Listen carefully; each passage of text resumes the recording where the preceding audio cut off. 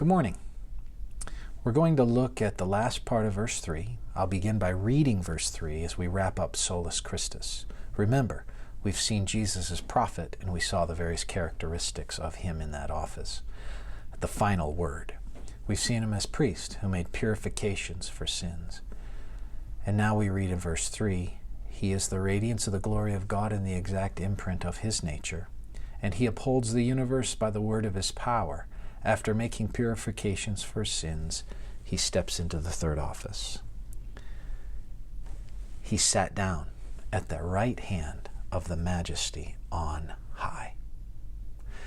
This speaks of his kingly role and is an allusion to Psalm 110, where God, the great majestic one, has this other Lord. My Lord said to my Lord, sit at my right hand until I make your enemies a footstool for your feet. Psalm 110 verse 1. He is giving him this position of rulership. The kingdoms of the world, according to Revelation 11:15, will one day become the kingdom of our God in Christ. He will reign, according to Revelation 20, that ultimate reigning.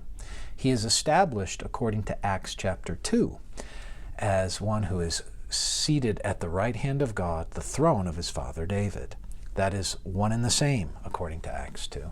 And he takes up that position, that posture, at the right hand, the favored, powerful place where he provides solidity and security and empowerment for his church. He is indeed the King of Kings and the Lord of Lords. Now, practically, what does that mean? Two things.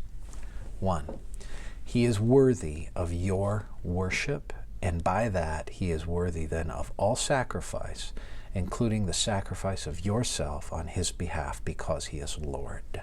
Secondly, his sovereign position yields to you a kind of secure standing where whatever comes in your life, you can trust his majesty to handle it. So you don't have to be pressed. Instead, you can be somewhat nonplussed by life. You can move forward with the confident trust that you serve one who is well able, who rules over all things, and he has you in view.